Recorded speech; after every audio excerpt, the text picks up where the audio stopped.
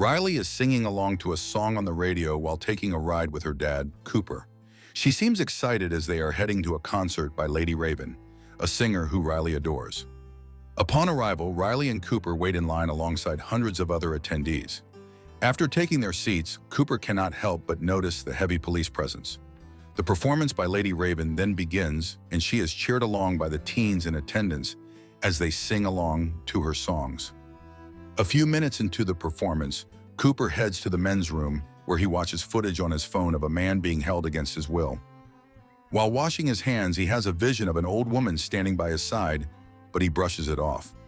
Cooper then runs into a woman who happens to be Jody's mother, Riley's classmate. Jody and Riley seemingly fell out of love, and the two parents plan on bringing them together. Cooper is, however, not interested in the details and excuses himself hurriedly. Meanwhile, more police vehicles are storming in, including the FBI. Lady Raven then introduces her next song, which is about forgiving her father, which made her whole. As Cooper and Riley try to purchase the concert's merchandise, Cooper pulls Jamie, one of the vendors, aside. He asks Jamie why there seems to be a high police presence, yet it's just a concert full of teenagers. Jamie tells him that the police caught word that the butcher, a notorious serial killer who had been terrorizing the city, was going to attend the concert. They were therefore closing all exits to ensure no one escapes until the butcher is apprehended. This information makes Cooper nervous, and he starts surveying for exits. In a desperate attempt, he pushes an intoxicated girl down the stairs to catch the police's attention so as to free the exit. But another group of policemen immediately replace them, making it impossible to access the exit. At the concert, Lady Raven invites another singer, Parker Wayne, who comes out from an underground stage. Cooper then tries to convince Riley to go down with him and check out that stage, but Riley declines, thinking that it's another of his dad jokes. Cooper then goes to see Jamie again, and as he walks with him, he manages to steal his access card. Cooper also gets Jamie to share with him confidential information, including the employee's code. Thereafter, Cooper uses Jamie's access card to get into restricted areas, and while pretending to be an employee, he eavesdrops on the police report on the butcher. He also steals a police radio. While leaving, he runs into Jody's mother again, who tries to force a conversation about reuniting their daughters. Cooper tries to tell her that they can talk about their daughter's issues later, but Jody's mother creates a scene, almost catching the attention of the police. Cooper then suggests a get-together for the girls the following Saturday, which gets Jody's mother out of his way. Back at the concert, Cooper uses the police radio to listen to the profiler Dr. Grant, giving instructions to the police. As Cooper is about to start the fire alarm as a distraction, Dr. Grant alerts the police to be on the lookout for anyone who is trying to cause chaos, as it might be the butcher looking for a way out. Cooper then goes to the kitchen and increases the stove's degrees, causing one of the workers to get burned.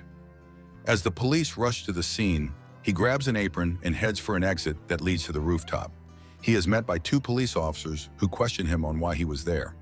He says that there was a kitchen accident, reaches for his pockets, and uses someone else's credentials, and finally gives the code given to him by Jamie. The police then let him go. As he looks at the kitchen worker with burn injuries, the vision of the old woman appears to him again. Back at the concert, Riley tells her dad that she wishes she could be chosen to be the Dreamer Girl. The Dreamer Girl gets to dance with Lady Raven and can even access the backstage. Cooper immediately approaches one of the staff, who happens to be Lady Raven's uncle. He tells him that Riley just recovered from leukemia and that the show meant everything to her. This prompts the man to choose Riley to be Lady Raven's Dreamer Girl. Riley and Cooper are then escorted backstage. Riley takes to the stage and dances with Lady Raven. As Dr. Grant goes backstage, Cooper uses a collapsing girl as an excuse to avoid her. After the concert is over, Cooper continues to listen to Dr. Grant and her meticulous plan on how to catch the butcher. They are then given the go-ahead to leave using the backstage exit, but this gets Cooper worried, seeing all the policemen manning the door. He then overhears Dr. Grant telling Lady Raven that they are questioning and taking data of all the men in attendance, which leaves him cornered. Shortly after, Cooper asks to speak to Lady Raven in private. Cooper confesses to her that he is the one the police are looking for, then shows him the footage of Spencer, the man being held hostage. He threatens to kill the man by activating carbon monoxide if Lady Raven does not help them leave in her limousine. Lady Raven has no choice but to help him so as to save the man. After granting them safe passage, Cooper asks her to drop them off by the road, but Lady Raven insists on taking them home. Cooper is annoyed by this move but does not want to reveal his identity to his daughter, so he plays along. At Cooper's house, Lady Raven meets Rachel and Logan, Riley's mother and brother. Cooper threatens her that if she tries to be smart, he will kill Spencer. As they share a pie to celebrate Riley, Lady Raven starts up a conversation about the butcher. She then informs them that the police knew that the butcher would attend her concert and that they were closing in on him. She goes ahead to explain that according to the police reports, the butcher probably had a scarring relationship with his mother and has OCD. This information makes Cooper uncomfortable and he offers to walk her to the door. Lady Raven, however, offers to play one song on the piano for the family. After playing the song, she pretends to take a selfie with Cooper's phone, but then runs off to the bathroom. While in the bathroom, she makes contact with Spencer and asks him what he remembers from the day he was abducted. He mentions a broken lion statue and a blue door. She then goes live and asks her followers to help trace Spencer using the clues Spencer gave. Luckily, some fans locate the house. Lady Raven then tells Rachel that Cooper is the butcher. When Cooper gets his phone back, he's astonished to realize that Spencer had been rescued. He then leads her to the garage and gets her into the car. She tries to persuade him to turn himself in, but he refuses. Upon seeing his family, Cooper lets Lady Raven go. Cooper heads back to the garage and bids farewell to his family. The police then arrive at the Cooper residence, but discover that he had used a tunnel to escape. Lady Raven gets into her limousine and a police officer drives her off. After a few miles, the car stops and Lady Raven discovers that her driver was Cooper posing as a police officer.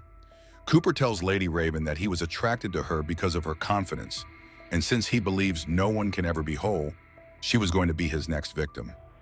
Thereafter, they reach a busy street, and Lady Raven is able to catch the attention of onlookers, which helps her escape. After the police arrive, they shoot at the limousine, but Cooper had already escaped. Lady Raven then goes to meet Spencer, who's now been rescued. Back at Cooper's house, Dr. Grant tells Rachel about Cooper's condition. Dr. Grant then offers her police protection for the night. Later that night, Cooper shows up at his house, startling Rachel. Rachel begs Cooper to turn himself into the police, since it might be a misunderstanding. Cooper then tells Rachel that he suspects that she was involved in his setup. Rachel admits that she had her doubts and that she once followed him to one of his safe houses. She also admits to have left a payment receipt of the concert at the safe house after calling the police, which was a major clue for the police. Cooper then gets closer to Rachel while holding a kitchen knife, but Rachel begs him to sit down and finish Riley's pie together, marking the last celebration.